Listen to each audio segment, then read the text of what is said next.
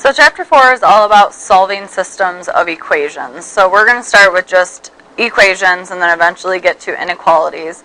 But to review what we talked about Monday after the test, a system of linear equations is a set of two or more linear equations containing the same variables. There are three possibilities for solutions. You could have one solution, and that is when you have an ordered pair that makes both equations true. So on a graph, it'd be where our lines intersect. All solutions or infinite solutions. It means that the system actually contains the same line twice, just written differently. So we'd graph the same line on top of each other, and that will end up giving us any single point on that line. So there's infinitely many solutions. And then our last possibility is when we have no solutions. The lines are parallel, so that means that they're never ever going to cross each other, and there's no 2 points that those lines have in common. So in order to figure out what the solutions are, there are 3 different methods that we're going to use. Graphing is the first one we're going to do, and then solving by substitution, and then by elimination. So an ordered pair that works for both equations is called the solution of the system.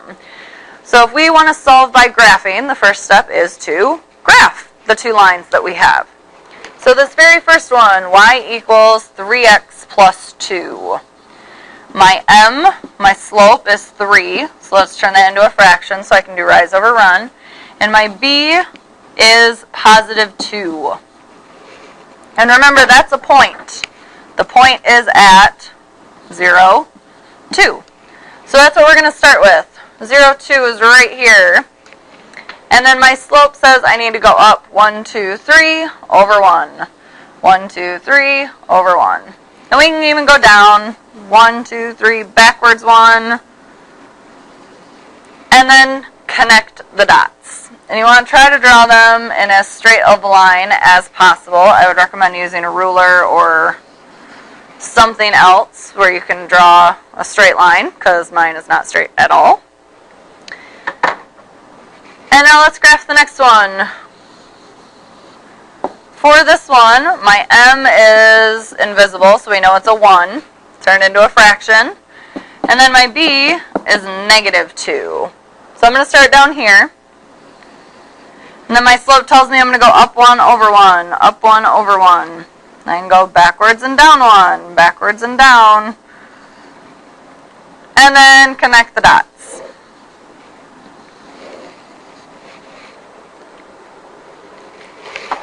And what we're looking for is where these 2 lines intersect. And because my lines weren't straight, this is kind of messed up, but the point where they intersect is right here.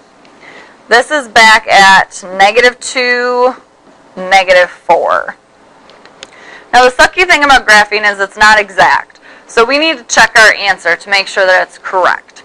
So you go back up to your lines, and you want to make sure that the point negative 2, 4 works in both of them, just like we did on Monday. So the very first one, I'm going to plug in negative 4 for y, and then I have 3 times negative 2 for x, plus 2. Now I want to know if this is true. If we do a little math, we end up with the same thing on both sides. So it works in the first equation.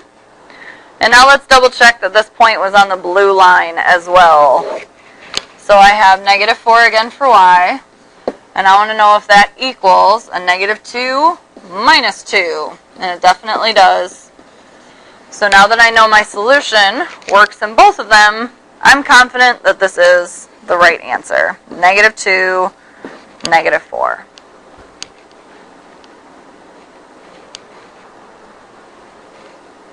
So let's graph this next one and see what our solutions are.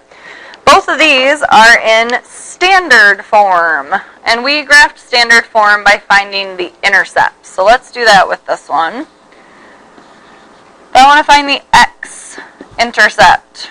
Remember that that means that y equals 0. So if I plug in 0 for y here, I end up with x equals 4. And I just created a point. X is 4, y is 0. So that's a point I can graph. And now do the same thing with the y-intercept. Remember, when something crosses the y-axis, that means that x is 0. So I'm going to plug in 0 for x, and I get y is 4. So here's another point. X is 0, and y is 4. And remember, you only need 2 points to make a line. So draw a straight line.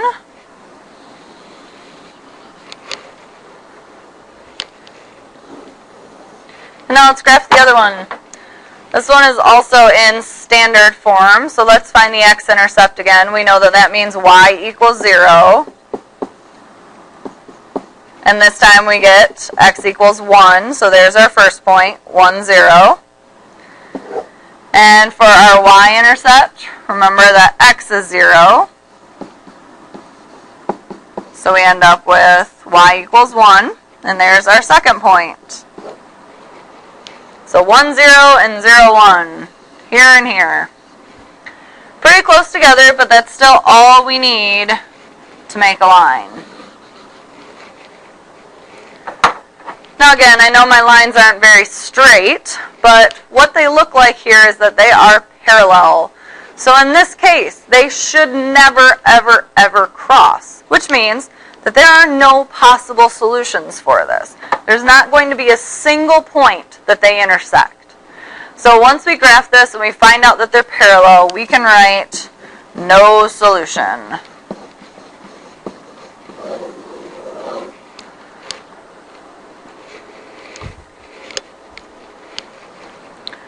So far, we've done a one solution one and a no solution one. So any guesses what the last example is going to be? Let's prove it. So, example, graph the system to find the solution. This very first one that they give us is in standard form. So let's use that to our advantage. Do the same thing that we did before. So to find the x-intercept, let's do that one first. We know y is 0, so let's plug that in. 2x minus 2 times 0 equals 6. This gives us 2x equals 6, so x has to be 3. So there's the point. 3, 0. And if we do the y-intercept, remember that's when x equals 0. So if we plug that in, we're going to be left with negative 2y equals 6. So y has to be negative 3. And then we have our second point. X is 0, y is negative 3. So now we can graph these. Over 1, 2, 3, up 0, and then over 0 and down 1, 2, 3. So here's our first line. And now our second one is in y equals mx plus b form. So we can just pick out our m, which is 1, turn into a fraction for rise over run. And then our b is negative 3. So that means we're going to start down here at negative 3. And then do up 1 over 1, up 1 over 1, up 1 over 1. And as you can see, and as you might have guessed, when we graph this, it ends up being the exact same line. So in this case, every single point on this line works. Not only these 4 that are highlighted here, but the millions and billions of points in between each of these will also work for both equations in this system.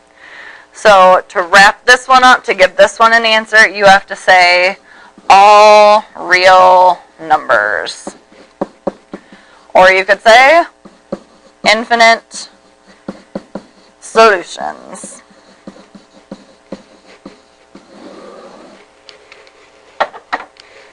So hopefully this made sense. If not, there's 2 other videos for you to choose from. There's a picture to show you what's going on, and then finally box 6 is a little activity where you can practice graphing, and it will tell you if things are right or wrong. And you also have some homework problems that have you solving by graphing. The next one is solving by substitution.